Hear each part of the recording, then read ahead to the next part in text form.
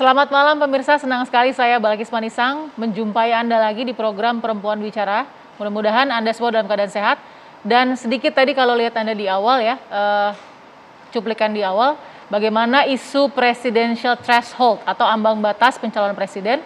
Walaupun kalau kita lihat analisanya sudah mungkin hampir 3 kali ya ditolak oleh Mahkamah Konstitusi, judicial review-nya, tetap saja memanas, tidak kunjung padam. Jadi statement demi statement masih ternyata terlontar. Kita akan bicarakan bagaimana sebenarnya meskipun mungkin pemilu masih 2 tahun lagi ya, 2024, 2 tahun lebih itu. Jadi ini luar biasa pembicaraan yang sudah dari sekarang masih terus memanas. Saya akan perkenalkan dulu narasumber kita yang sudah hadir di malam hari ini. Saya mau perkenalkan dari Mbak Asfi Nawati, aktivis HAM kita. Selamat malam Mbak Asfi. Selamat malam Mbak Balkis, selamat malam semua. Baik, saya perkenalkan juga ada Ibu Irma Chaniago, Ketua DPP Partai Nasdem. Apa kabar Ibu Irma? Baik, Assalamualaikum warahmatullahi wabarakatuh. Waalaikumsalam warahmatullahi wabarakatuh. Dan juga di sebelah kiri saya ada Shirley Anavita, influencer muda kita. Apa kabar Shirley? Baik, sehat alhamdulillah Mbak Balkis. Alhamdulillah, oke. Dan tidak ketinggalan juga kita sapa. Ada juga bergabung ya secara virtual Ibu Ledia Hanifah, politisi PKS. Assalamualaikum Ibu Ledia. Selamat malam. Waalaikumsalam warahmatullahi wabarakatuh. Selamat malam semua, mudah-mudahan sehat selalu. Alhamdulillah ya, kita bisa bergabung di malam hari ini. Kita ingin dengar bagaimana perspektif perempuan mendengar ambang batas ya, presidential threshold atau ambang batas yang 20% ini. Ternyata terus memanas. Kita lihat dulu seperti apa informasinya. Kembali ramai menghapus ambang batas pencalonan presiden 20%. Isu ini muncul setelah Ketua KPK Firly Bahuri menilai ambang batas pencalonan presiden menjadi celah korupsi. Syarat ambang batas mengakibatkan biaya politik yang tinggi yang berujung pada biaya transaksional. Pernyataan Firly direspon oleh partai politik.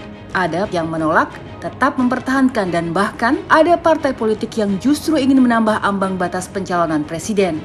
Persoalan ambang batas pencalonan presiden selalu mengemuka setiap menjelang pemilihan umum. Beberapa kali Mahkamah Konstitusi mengadili gugatan terkait presidensial threshold menjadi 0%. Kali ini sejumlah tokoh mengajukan gugatan presidensial threshold menjadi 0%. Di antaranya Ketua DPD Lanyala Mataliti, Gatot Nurmantio, serta Rizal Ramli. Alasan penggugat karena aturan ini membatasi hak warga negara untuk dipilih dan memilih.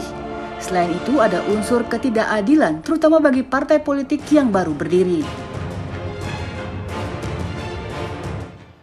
Oke, jadi saat ini tetap 20% ambang batasnya ya untuk pencalonan presiden. Sedangkan pernyataan-pernyataan tadi dari beberapa tokoh meminta 0%. Kenapa harus dibicarakan sekarang? Karena memang sebentar lagi 2 tahun. Kalau mau proses harus sekarang nih semua pada ributnya ya. Saya mau tanya dulu ke Bu Irma tentu ya. Perjalanan tarik ulur ambang batas calon presiden 20% dan sekarang dituntut untuk 0%, sebenarnya masih bisa terjadi atau seperti apa sih Bu Irma? Ya, saya kira itu sudah kurang lebih 3 kali ya masuk ke judicial review dan sudah ditetapkan oleh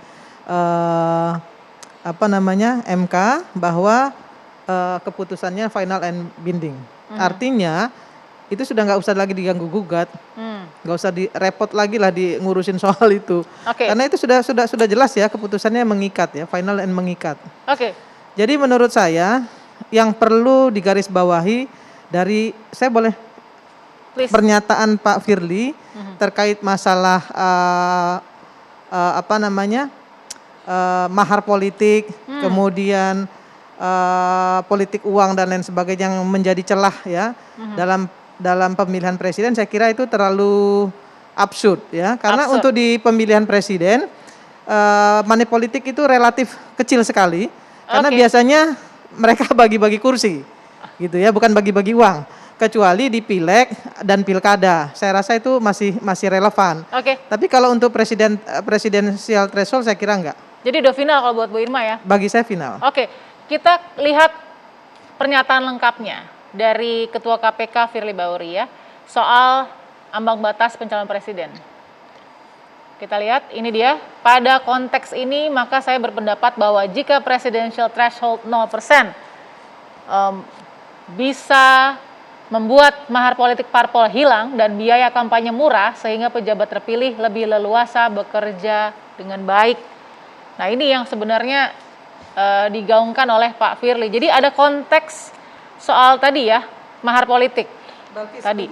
Ya. Sebenarnya pernyataan Pak Firly ini sama dengan visi misi Nasdem ya, politik tanpa mahar.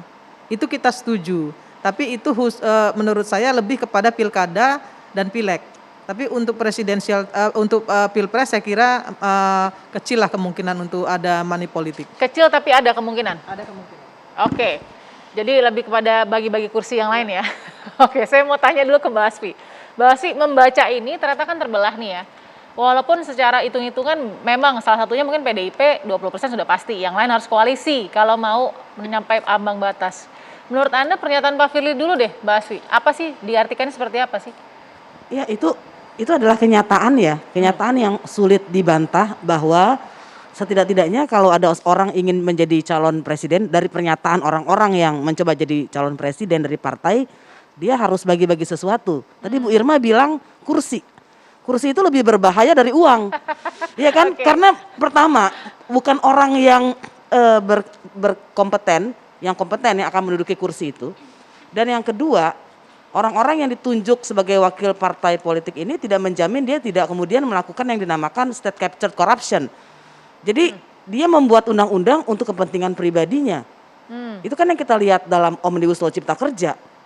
Gitu. Dan itu kalau kita lihat setidak-tidaknya 18 orang pencipta Omnibus Law Cipta Kerja itu memiliki ternyata tim kampanyenya Pak Jokowi Ma'ruf Amin, dia bagian dari partai politik. Ya jadi itu akibatnya dari presidensial threshold ini. Jadi sebenarnya sama aja kalau dengan tadi bagi-bagi kursi sama mahar politik. Iya, bentuknya berbeda. Bahkan kan sekarang perdagangan pengaruh juga korupsi. Begitu ya, trading influence. Oke, saya mau dengar dari Ibu Ledia. Ibu Ledia Hanifah, kalau tadi ada dua pendapat berbeda ya. Ibu Ledia bagaimana melihat pernyataan Pak Firly Bahuri ini sebagai Ketua KPK? Satu sisi kalau kita lihat yang disebut mahar politik itu apa konteksnya, karena ada yang menyebutkan bahwa itu sebagai katakanlah tanda jadi untuk diusung, tetapi sisi lain harus dilihat bahwa biaya kampanye ada atau tidak ada parliamentary threshold pasti tetap besar karena ini kan konteksnya presiden. Yang kedua sebetulnya kalau kita lihat ketika kemudian 0% ada resiko ketika presidennya terpilih dan kemudian memimpin tidak akan mendapatkan dukungan dari parlemen, padahal sebetulnya ketika kita lihat ini kan perlu ada check and balances ya. Tetapi jika kemudian ambang batasnya terlalu besar, ini menyebabkan nanti proses demokratisasinya di Indonesia ini menjadi lebih bobotnya akan lebih besar kepada tadi yang cenderung kepada kalau disebutnya koalisi yang mendukung presiden itu. Padahal kalau kita lihat di Undang-Undang 7 tahun 2017 ya, karena kan ini belum ada perubahan sama sekali. Kita harus lihat bahwa kalau ada presidensial threshold itu harus memenuhi unsur demokrasi. Jadi dia harus mencegah polarisasi dan konflik. Kalau 20% udah jelas itu akan lebih banyak mengarah kepada polarisasi karena paling-paling cuma ada 2 calonnya. Dan kita lihat kondisinya sekarang ini. Kemudian juga harus ada sirkulasi kepemimpinan. Kalaupun masih ada parliamentary threshold, dia harusnya lebih rendah supaya ada sirkulasi kepemimpinan nasional kita. Dan kemudian juga tadi soal keseimbangan check and balances karena kita ini sistemnya kan adalah presidensial dan kita bukan parlementer. Karenanya justru yang menjadi oposisi pemerintah dalam hal ini konteksnya untuk check and balances harusnya adalah parlemen. Jadi kalau dia 0% nanti bisa jadi saling bertabrakan, kalau dia sangat besar nanti akan cenderung kepada pemerintahan, fungsi check and balancesnya akan terganggu gitu Mbak Bilkis. Jadi kalau saya sih lebih berpikir gini, kalau mau parliamentary threshold ya harus lebih rendah dari 20% itu. Setidaknya sama dengan parliamentary threshold lah. Berapa Bu Ledia di mata Bu Ledia yang pas win-win solution untuk presidential threshold? 4-5%, saya pikir itu menjadi satu hal yang cukup masuk akal karena pasti akan memberikan kesempatan kepada banyak calon untuk kemudian dia maju dan juga memberikan kesempatan untuk lebih proses demokratisasinya karena tidak membentuk polarisasi sebagaimana yang ada sekarang kan kita ingin meminimalisir ya tadi polarisasi hanya kalau tidak A atau B. Padahal ketika bicara A atau B bukan berarti orang tidak milih A itu pilih B karena dia mau, tapi karena dia nggak senang sama A, kan bisa jadi begitu. Jadi memang bukan sesuatu yang saklek, tapi akhirnya jadi keburu terpecah gitu di masyarakat kita. Nah, kalau kita ingin meminimalisir itu berarti pilihannya memang diturunkan ambang batasnya gitu. Oke, Ibu Ledia, saya akan kembali soal tadi ya. Analisa 45%. Apakah itu kan sama aja sebenarnya atau tidak? Tapi saya mau ke Sheryl nanti setelah jeda. Saya mau tanya juga bagaimana penilaian Ketua KPK juga soal presidential threshold merupakan salah satu faktor pendorong hasrat korupsi yang membabi buta bagi seluruh pejabat politik. Sesaat lagi tetap di Perempuan Bicara.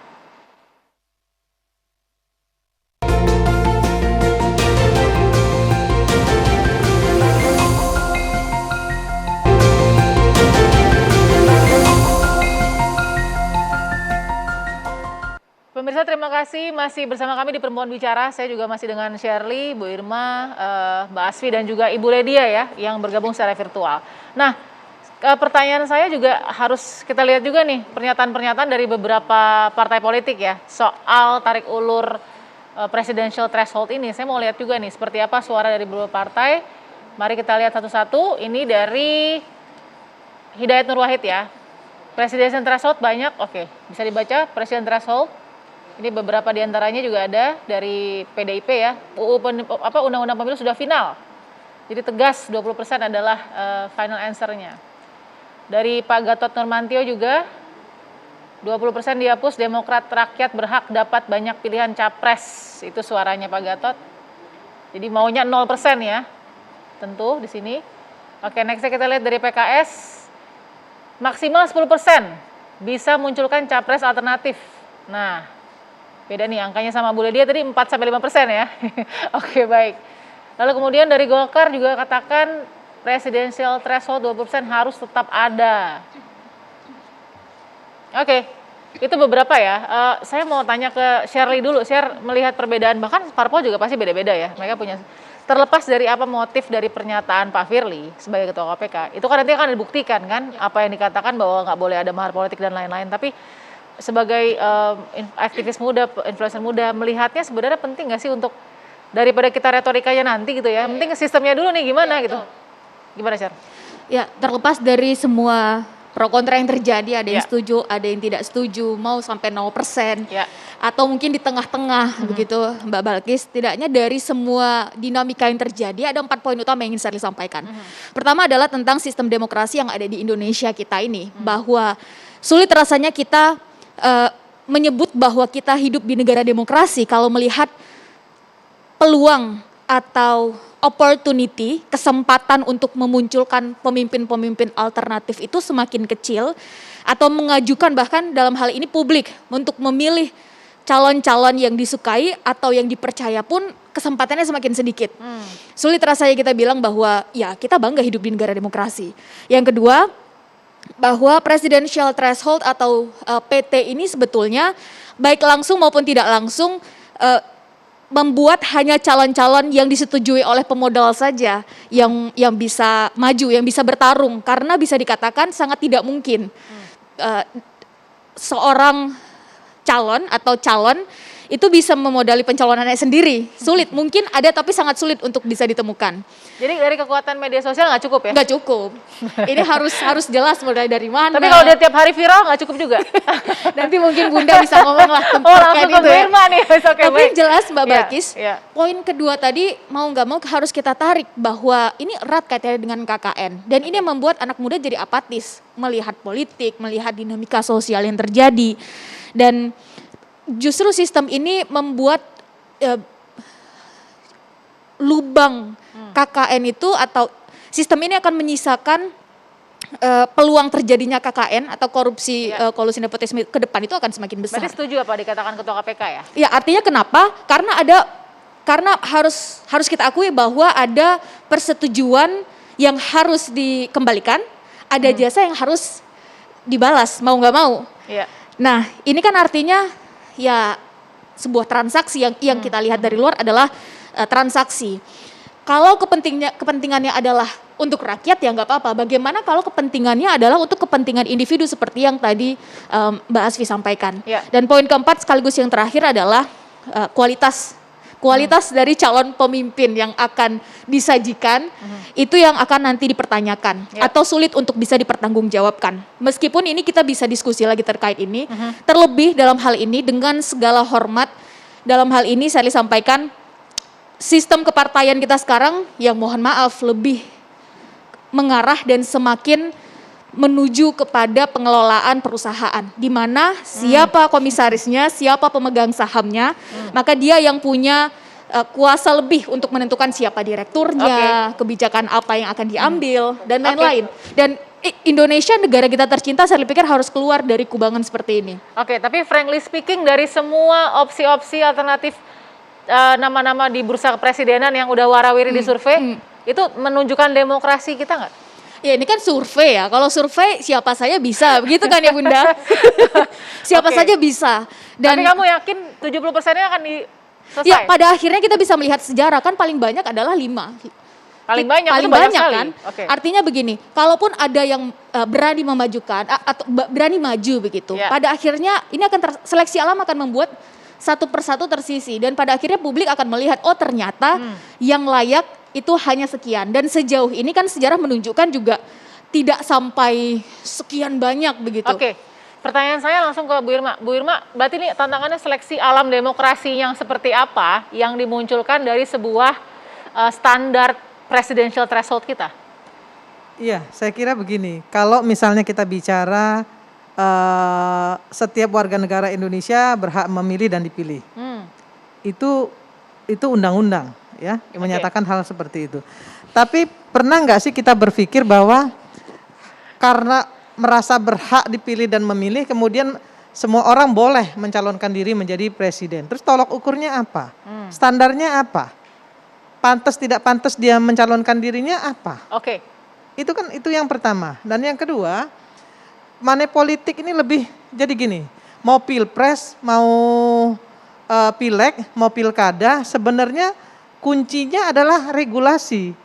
Nah contoh pileg itu di Bawaslu, KPU menetapkan bahwa boleh mengeluarkan uang 60.000 ya kalau nggak salah, besarannya 60.000. Nah itu yang menjadi celah, harusnya nggak boleh sama sekali. Yang boleh digunakan adalah apa? Ya alat kampanye. Alat kampanye itu apa? Kartu nama, misalnya kan, kemudian kaos atau bendera partai politiknya. Itu aja. Tapi nggak ada tuh namanya 60.000 boleh, itu malah membuat celah baru.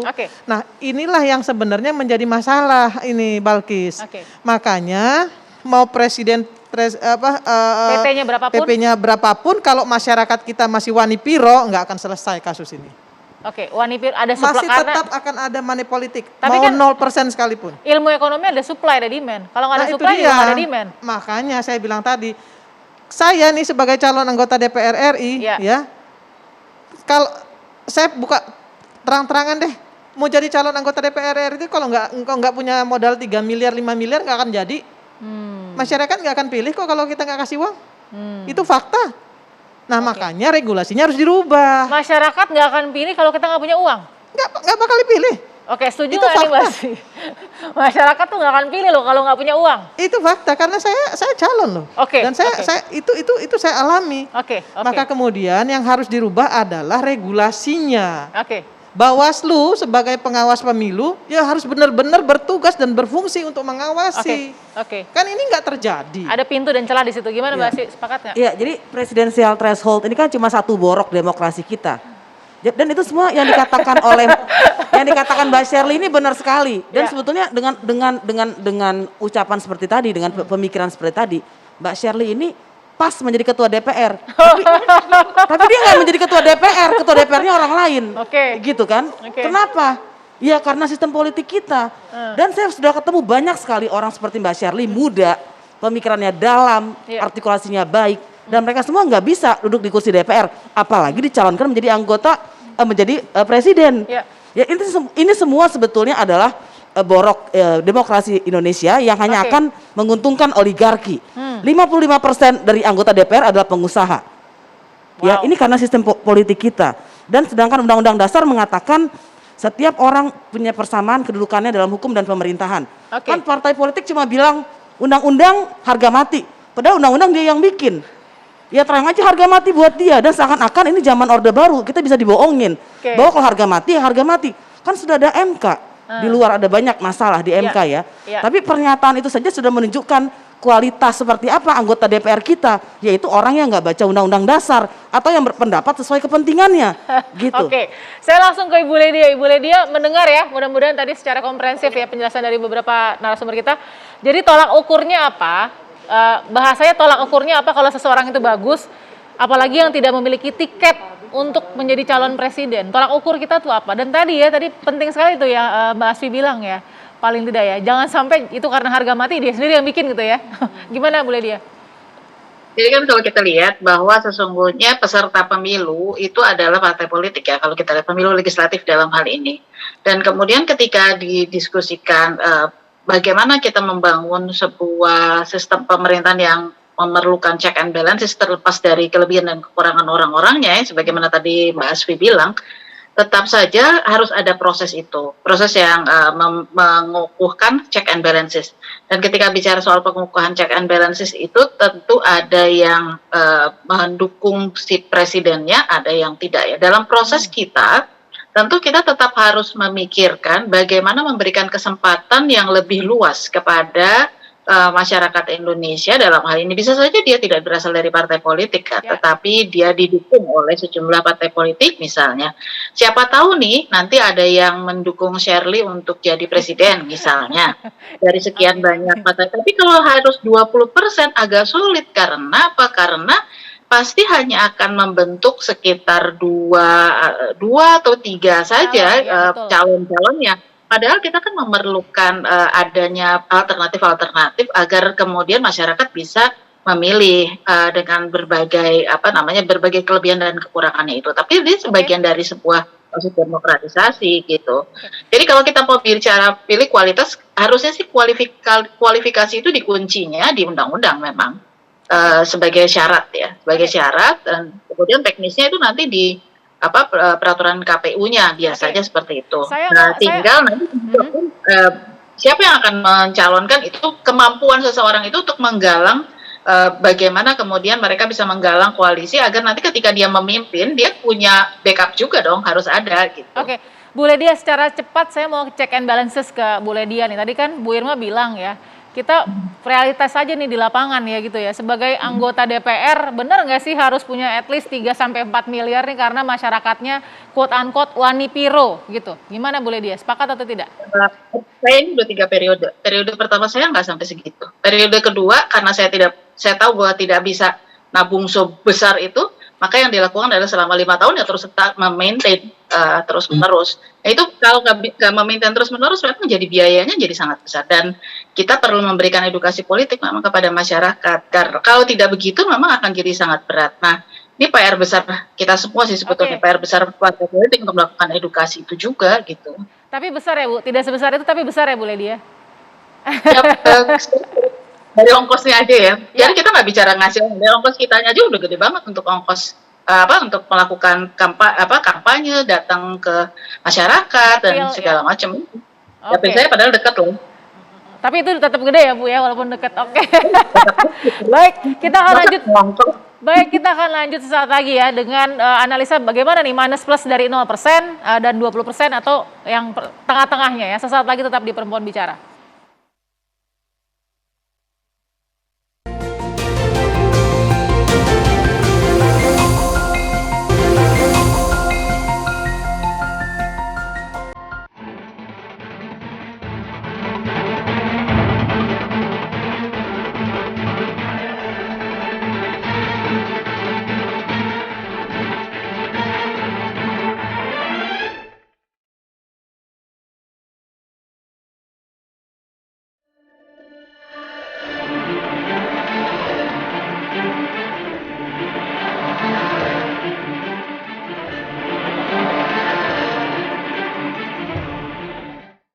Anda masih menyaksikan Perempuan Bicara, saya langsung ingin bertanya nih ke Mbak Asfi dulu deh. Mbak Asfi, tolak ukur ya, minus plus nih. Kurang dan lebihnya 0%, 20%, tadi kan kalau Bu Ledia di awal pasti ada antara polarisasi atau tadi mahar politiknya. Gimana yang kira-kira menurut Mbak Asfi paling bisa diterapkan secara realistis Saya sebenarnya punya jawaban ketiga, tapi saya jawab dulu 0% Boleh. atau 20% ya. Boleh. Pertama kan kekhawatirannya akan ada polarisasi. Itu sebetulnya harusnya ada pengaturan kampanye dan dijalankan. Misalnya kampanyenya yang nggak boleh primordial. Dan kalau begitu primordial, dia langsung nggak boleh ikut pemilu lagi, kan pasti takut. Gitu. Terus kemudian check and balances gitu ya. Saya setuju bahwa ini memang akan mempengaruhi bagaimanapun real politik. Tapi kan sebetulnya harusnya ada ukuran-ukuran berpolitik begitu ya. Apa yang akan dijalankan wewenangnya itu kan harusnya bukan karena sesuatu yang nggak objektif gitu. Jadi kalau kita pakai secara teoritis dan itu diturunkan dalam aturan DPR itu sebetulnya masih bisa. Dan pada akhirnya seperti tidak ada jalan keluar ini, kita harus memilih itu karena kualitas demokrasi kita itu yang rendah ini ditentukan dari kualitas orang yang terpilih, mencerminkan kualitas orang yang terpilih. Dan pada akhirnya mau nggak mau kualitas orang yang terpilih mencerminkan kualitas partai politik kan. Apakah partai politik kita demokratis? Bayangkan proses demokrasi terpenting karena kita sistem presidensial, yaitu memilih presiden, hanya bisa ditentukan oleh partai politik. Padahal partai politik banyak yang nggak demokratis. Ketua partainya itu saja udah puluhan tahun, nggak ganti-ganti, atau keluarga. Bagaimana itu? Dan nasib 200 juta orang lebih ini didasarkan pada suatu entitas yang nggak demokratis. Itu aja udah nggak mungkin terjadi demokrasi. Oke. Wah, itu poin yang penting. Praktek demokrasi pun tidak berjalan di partai politik. Setuju nggak tuh Bu Irma?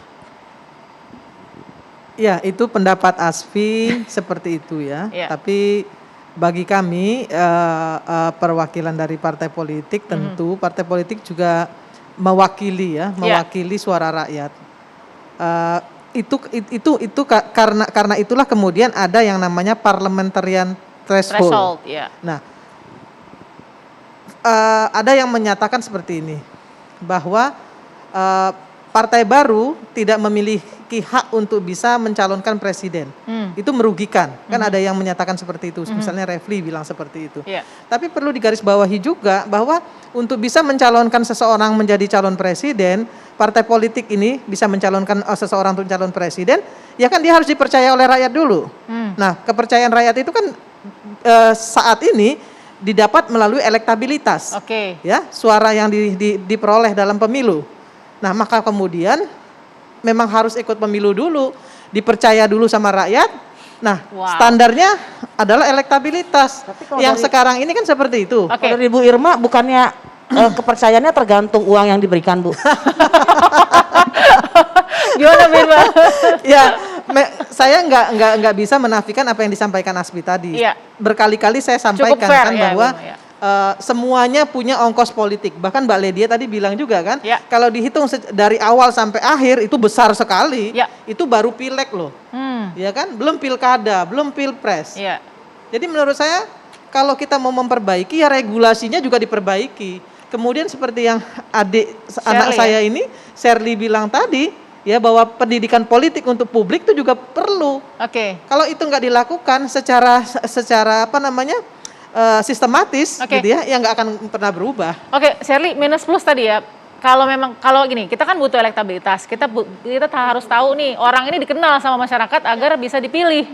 Nah, sekarang kalau kita paksakan 0%, dia nggak dikenal nih, gitu kan? Karena bebas siapa sih nih orang gitu untuk kemudian bisa duduk di bursa. Ya, Sherly sepakat Mbak Balkis, karena sekarang social influence itu diperebutkan dan salah satu media alternatifnya adalah sosial media. Tapi yang menjadi PR kita semua adalah yang pertama, dari pembahasan PT ini sendiri adalah yang terpilih atau siapapun yang dicalonkan nanti itu adalah yang benar-benar layak. Dia layak dan punya kapasitas. Layak di mata siapa? Pertama layak dia punya kemampuan untuk memimpin. Yang kedua adalah publik juga yakin. Tapi sorry, tadi kan dikatakan partai politik adalah perwakilan rakyat. Artinya layak itu harus di mata parpol. Setuju nggak? Nggak bisa di mata publik karena pasti parpol. Iya. Nah, partai politik ini kan adalah kendaraan, gitu ya Bunda ya? Partai politik ini adalah kendaraan. Dalam konteks ini sampai sekarang sistemnya masih seperti itu. Nah, hadirnya keinginan dalam hal ini untuk mengecilkan sekecil-kecilnya kan kalau bisa begitu. Ya. Adalah keinginan supaya lebih bervariasi. Mengenai nanti siapapun calonnya kan bisa saja nanti berkolaborasi dengan partai. Itu saya pikir nggak itu bukan sesuatu yang tidak mungkin. Ya. Toh beberapa pemilu sebelumnya juga seperti itu. Oke. Artinya adalah yang nanti terpilih itu bukan hanya yang dekat dengan kekuasaan atau dengan dia yang dekat dengan si pemodal, itu kan sistem oligarki ini yang terus-terusan dipertontonkan. Alhasil yang terjadi adalah distrust publik dan ini terus yang akan Saya mau check and balances nih ke Shirley yang juga dosen, yang juga mahasiswa, yang juga influence, ibaratnya tahu nih kepemudaan gimana sih suaranya. Pernah nggak ada pendekatan dari parpol ke universitas untuk menanyakan tolak ukur layaknya bursa atau orang-orang yang ada di dalam bursa presiden? Pernah nggak ada kajian bersama gitu? waduh. Nggak, ini jujur aja pernah ada atau tidak? Secara langsung tidak, secara tidak langsung mungkin ada. Nah, cara-cara kreatif ini kan udah mulai dipakai ya, Mbak Balkis ya. Dan saya pikir cara-cara kreatif ini adalah salah satu pendidikan politik juga. Artinya kita nggak bisa ngelihat ini hitam putih, bahwa anak muda harus juga mulai melihat siapa sih calon pemimpinnya, entah itu berapa tahun ke depan, entah itu nanti di 2024 atau yang akan mewakili mereka di legislatif. Jadi nggak bisa juga kita melihat bahwa pendekatan parpol misalnya ini sebagai sesuatu yang buruk, nggak bisa juga. Artinya membuka awareness publik terutama anak muda bahwa apa yang terjadi di hulu ini akan mempengaruhi hilir, apa yang terjadi di regulasi dan proses pembuatannya, siapa yang duduk di sana, ini akan mempengaruhi kita semua anak muda. Bu Ledia, kenapa saya tanyakan itu ke Shirley? Karena saya juga ingin tahu kalau memang kacamata publik ini kan diwakilkan oleh parpol tadi kan. Apakah parpol sendiri membuka telinga dan hatinya mendengarkan bagaimana sebuah kelayakan calon-calon presiden ini bisa dibawa begitu loh, tolak ukurnya. Gimana Bu Ledia? Kalau kita lihat, ini ada beberapa hal ya yang perlu kita simak bersama, kan alat ukurnya. Jadi kalau tadi Mbak Aswi bilang kan parpol semua bla bla bla gitu ya tadi disebutin. Yang mana nih Bu Ledia bla blanya? Ada banyak hal gitu ya yang tadi disebutin. Tapi saya nggak setuju semuanya karena gini, justru kita harus memberikan edukasi politik tadi. Kalau pendidikan politik kalau tadi Shirley bilang, ya memang harus dengan melatih untuk lebih kritis pada semua partai politik ada, dan kemudian harus dilihat mana lebihnya, mana kurangnya, mana yang kemudian menurut masyarakat itu cocok dan lain sebagainya. Itu kan jadi bagian dari proses itu sendiri. Yang kedua, kalau kita bilang bahwa anggota dewan itu adalah wakil rakyat. Konteksnya berarti mereka harus di dalam sumpah kami juga kan harus memperjuangkan aspirasi daerah pemilihannya. Artinya kita harus mendengarkan, gimana memperjuangkan kalau kita nggak dengar kan gitu. Nah itu menjadi bagian yang sangat penting. Mendengar itu bisa konteksnya dalam regulasi, bisa konteksnya dalam pencalonan, bisa dalam konteksnya dalam planning ke depannya dan lain sebagainya. Itu jadi bagian yang harusnya dibiasakan dan dibuka kepada masyarakat, karenanya itu jadi bagian yang sangat penting. Ada reses, ada serap aspirasi, ada kunjungan daerah pemilihan, itu harus dioptimalkan. Karena kalau kita juga tidak mengoptimalkan, mengandalkan nanti aja tunggu ada orang yang datang ke DPR, nggak akan bisa. Kita tetap harus proaktif. Kalau tadi Shirley bilang, bahkan juga channelnya jadi cukup banyak. Channelnya bisa lewat sosial media, anggota dewannya itu sendiri, atau juga partai politiknya itu sendiri. Sehingga keduanya ini menjadi bagian yang lebih aspiratif ya kepada masyarakat, dan kemudian apa maksudnya yang menjadi masukan itu gitu. Bu Ledia, jadi kalau misalkan mau tadi pendidikan politik ya, masuk akal nggak kalau hasil penilaian parpol terhadap calon-calon yang akan diusung begitu ya, dibuka ke publik secara transparan? Hasil penilaiannya? Iya, betul. Biasanya partai politik itu akan membahasnya, saya tidak tahu di sistem yang lainnya, tapi kalau di PKS kami bicara sampai pada level Majelis Syuro memutuskan siapa yang akan diberikan dukungan, dan Majelis Syuro itu kan adalah bagian dari pengambil keputusan tertinggi di PKS, dan itu mengambil masukan-masukan dari struktur di bagian bawahnya. Jadi proses itu sebetulnya kalau di kami prosesnya berjalan dalam proses di dalam internal partainya itu sendiri, juga ada diskusi-diskusi, dan kemudian kita melakukan penyampaian juga kepada publik ya, bahwa yang kemudian diputuskan oleh PKS adalah ini karena begini gitu, disampaikan sebagaimana yang lalu juga begitu.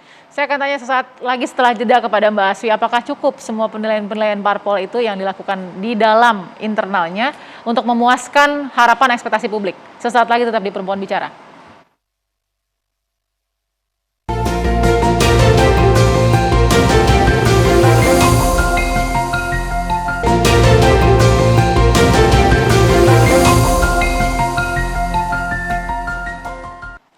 Kembali di Perempuan Bicara, saya langsung ingin mendengarkan bagaimana suara dari Shirley dulu ya. Shirley, apakah dengan presidential threshold 20% atau ambang batas 20% ini, Shirley sebagai perwakilan rakyat lah ya, ini sebagai rakyat juga nih, rakyat muda. Saya mau tanya nih, merasa terwakili nggak dengan PT 20%? PT 20%? Ya. Enggak. Kenapa? Karena demokrasi kita ini kan harus sampai pada titik di mana pada tingkatan di mana warga itu bisa bebas memilih calonnya dan juga dipilih. Itu kan sebetulnya haknya. Mungkin memang untuk mengecilkan dia sampai 0% jelas tadi. Begitu banyak tantangan yang akan dihadapi. Tapi setidaknya berilah ruang, berilah kesempatan seluas-luasnya kepada calon-calon yang memang layak, yang memang bisa amanah. Kita ini kan dari udah Bhinneka Tunggal Ika Mbak Balkis. Sudah masyarakatnya udah majemuk. Nggak perlu juga kita memilah-milah itu, untuk itu kasih kesempatan, kasih representasi calon-calon terbaik itu, setidaknya kasih ruang dan memilih yang menurut kita terbaik, sehingga yang terpilih pun adalah yang terbaik tanpa harus dihalangi, tanpa harus terhalangi oleh permodalan, oleh kedekatan dengan kekuasaan. Permodalan lihatnya ke Bunda Irma nih. Karena tadi Bunda yang bilang 3M ya Bun. Oke, baik. Lalu kemudian, jadi jangan tanpa harus memikirkan tadi permodalan. Tanpa harus memikirkan, aduh ini modalnya gimana ya. Sedangkan sebetulnya dia punya keinginan besar untuk setidaknya memberikan kontribusi baik dari dalam sistem. Dan punya kelayakan terkait itu, tapi karena semua regulasi tadi, akhirnya duluan punya barrier. Oke, tapi dengan era digital saat ini 4.0 dan society-nya 5.0, menurut Shirley, apakah dengan sosial media yang sudah besar ini ya, influence-nya nggak cukup, permodalan itu direduksi? Media itu kan salah satu tiangnya ya Mbak, tiangnya demokrasi, yes. Tapi ada banyak hal di balik itu yang harus juga kita pertimbangkan. Media itu jelas adalah salah satu tiang yang harus juga diperhatikan. Bahkan modal itu salah satu alokasinya adalah untuk awareness publik, yang otomatis pakai media. Tapi kalau ternyata nih pemilik medianya juga adalah pelaku kan gimana ya Mbak? Oke, saya berarti tidak merasa terwakili dengan PT 20%? Tidak. Baik, Mbak Asfi, apakah Mbak Asfi merasa terwakili dengan PT 20%? Jelas tidak, karena itu kan cara berpikir tadi yang kita bahas bahwa partai politik adalah wakil rakyat titik. Dia memang betul salah satu kanal, tapi kan ada yang sekarang ada calon independen. Jadi tidak semua rakyat harus disalurkan melalui partai politik suaranya. Dan karena itu menjadi aneh ketika banyak anggota DPRD dan lain-lain, kursi-kursi itu dipilih secara langsung, tapi hanya ada recall-nya dari partai politik, pergantian antar waktu. Ini kan sebetulnya zombie dari masa lalu yang masih hidup. Harusnya apa? Harusnya kita punya recall oleh pemilih. Jadi tadi saya sepakat dengan Bu Ledia bahwa banyak sebetulnya anggota DPR itu punya kewajiban mendengarkan, tapi tidak. Bagaimana caranya kalau nggak didengarkan? Kalau di negara lain bisa recall. Kalau kita mengumpulkan berapa dari DPT, terserah, kasih aja syarat. Itu jatuh dia. Kita bilang jangan buat undang-undang Omnibus Law Cipta Kerja. Dia sahkan, kita jatuhkan, jatuh dia, recall. Kan begitu. Dan sebetulnya bukan hanya soal presidensial threshold yang tidak adil. Ketika calon presiden hanya bisa dicalonkan oleh partai politik, itu adalah sebetulnya hal yang paling tidak demokratis, yang paling mendasar di Indonesia. Dan selama aturan ini tidak diubah, bahwa ada calon presiden independen, maka ya selama lama-lamanya oligarki akan terus hidup, dan kendaraan oligarki itu ya partai politik. Jadi ada calon independen yang bisa jadi solusi? Harusnya. Ya kan kalau partai politik itu kerjanya benar, dia nggak perlu takut dong dengan calon presiden independen karena dia punya mesin. Kan dia harus syarat partai politik itu ada berapa ya, di 50% dari provinsi gitu ya. Di atas kertas dia pasti menang. Kalau partai politik takut dengan calon presiden independen, itu artinya mereka sudah mengaku bahwa partai politik nggak beres karena mereka takut dengan calon presiden independen. Oke, saya mau ke Bu Ledia. Bu Ledia, bagaimana dengan pernyataan dari Mbak Asfi tadi? Calon independen bisa jadi solusi, win-win solution, tapi berani nggak parpol ada calon independen? Bu Ledia. Ya, ini sebetulnya harus dikaji secara lebih mendalam lagi ya, karena di dalam antara konstitusi, kemudian undang-undang partai politik, dan ini pada dasarnya sih menurut saya kalau kita mau mengkaji itu lebih mendalam dan menjadi bahan perdebatan diskusi, harusnya kita membuka kesempatan untuk melakukan revisi terhadap paket undang-undang pemilu. Pemilihan presiden, pilkada itu harusnya kemudian jadi bagian.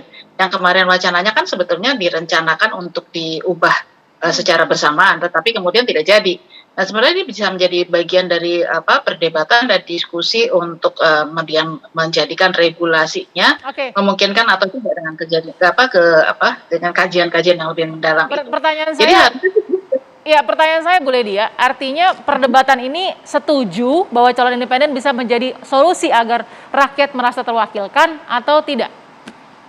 Kalau saya sih melihat kita masih perlu melakukan kajian lebih mendalam lagi karena berkaitan dengan konstitusi, berkaitan dengan undang-undang yang ada dan secara umum sebenarnya bisa aja dengan catatan tadi ada kualifikasi dan harusnya juga disepakati juga. Baik, Ibu Ledia. Partai politik gitu. Baik. Berarti kalau Bu Ledia masih mau mengkaji, saya mau tanya ke Bu Irma. Apakah tadi harapan dari rakyat yang tidak kemudian merasa terwakilkan dengan PT 20% bisa saja calon independen menjadi solusi misalnya? Tadi kan Mbak Lydia sudah menyampaikan bahwa ini ada kaitannya dengan konstitusi kita. Ada di undang-undang itu sudah jelas dinyatakan kan. Nah, itu yang pertama. Yang kedua, MK juga sekarang ini kan sudah memutuskan 20% ya.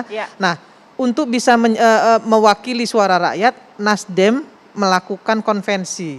Jadi siapapun rakyat Indonesia, mau Sherly, mau Asfi, mau mencalonkan diri menjadi calon presiden, ikut konvensi di Partai Nasdem. Pasti bisa. Tapi paling tidak nih, walaupun MK memutuskannya masih begitu regulasinya, kalau di kacamata se-expert Ibu Irma nih, apakah calon independen bisa jadi solusi atau jangan-jangan parpol takut dengan calon independen tadi? Saya kira enggak juga.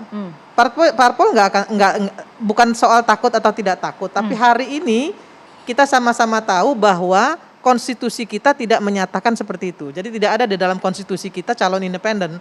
Kalaupun itu mau dilakukan artinya kan harus mengubah dulu. Konstitusi kita harus direvisi.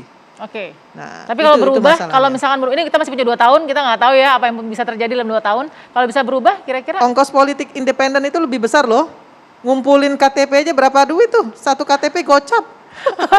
Berapa banyak yang harus dia bayar? Baik, jadi solusinya adalah tetap ikuti regulasi MK. Saya kira itu. Dan mungkin solusi paling bukan dangkal ya saya katakan, yang paling mungkin bisa terlihat adalah jadilah seterkenal mungkin agar bisa dilirik oleh parpol supaya bisa diusung begitu ya, Mbak Asfi dan Sherly. Satirnya begitu ya Bu Edi. Tapi gini, terima kasih. Sepertinya pembicaraan ini masih kita akan bahas lagi di kesempatan lain waktu. Mudah-mudahan ada perspektif baru lagi yang kemudian bisa memberikan kita insight soal bagaimana PT Threshold ini bisa mewakilkan rakyat Indonesia seharusnya. Terima kasih Ibu Ledia, terima kasih Mbak Asfi, terima kasih Bu Irma dan juga Sherly sudah ada di Perempuan Bicara. Sehat selalu, kita jumpa lagi minggu depan.